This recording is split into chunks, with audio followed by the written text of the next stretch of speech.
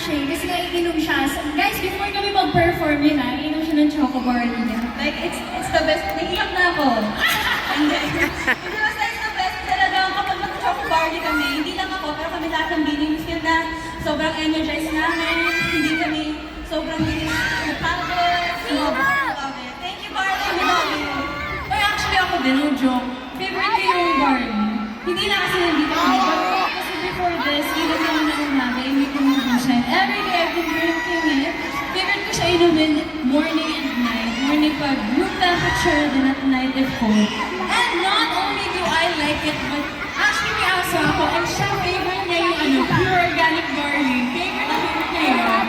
So kami ko, nagpapalakas kami. Kasi, and effective naman. Kasi yung aso ko sobrang malakas nga.